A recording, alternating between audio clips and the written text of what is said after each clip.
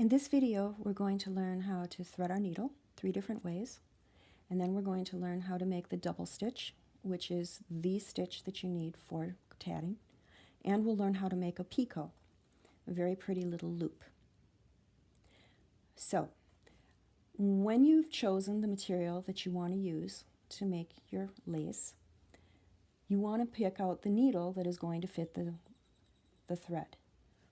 And if we look here, we've got a number 5 needle, but it is actually smaller than our number 3 crochet cotton. So that needle is not going to work.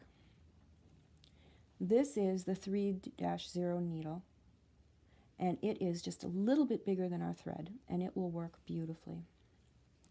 So if you try to thread your needle the old-fashioned way by wetting the end and trying to push it through the hole, you're going to have problems because your crochet cotton is made up of many fibers. So what we're going to do is we're going to take and we are going to pull that thread right down between the thumb and first finger. Then you're going to take your needle and put the head right over where the thread is, and then gently push down and open your fingers. And the thread magically goes right onto the needle. A second method is to take and put the thread over the top of the needle. Again, press your fingers together and do the same thing. And again, it will just go right through. And if all else fails, and sometimes it's just easier to take a needle threader, and I can't see what I'm doing here, put it through the hole on your needle, and then put the thread through the little eye of the needle threader.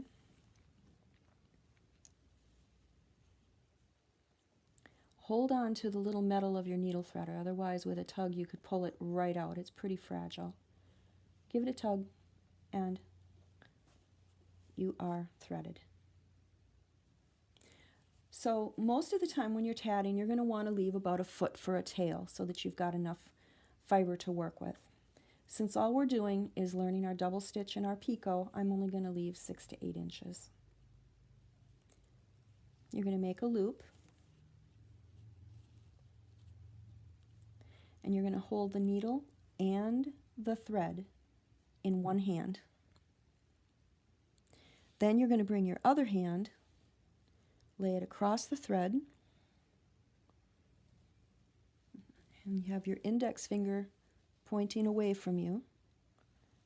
You bring the thread over your index finger, back around.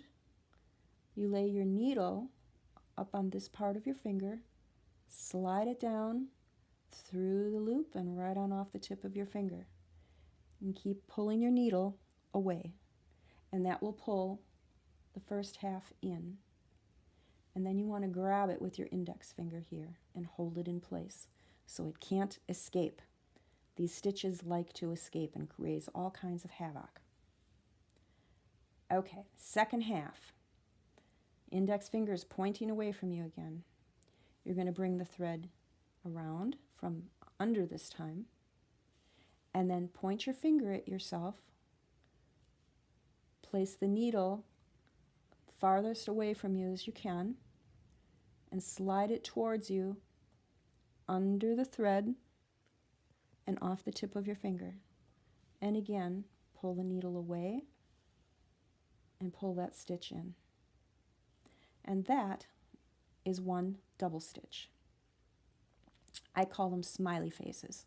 If you have a smiley face, you know that you've done your double stitch right. And the smiley face consists of 2 eyes, which are these 2 top pieces that are around the needle, and this little loop underneath it is the smile. So we have a smiley face and a correct stitch. Once more, you got about 4 to 5 inches here.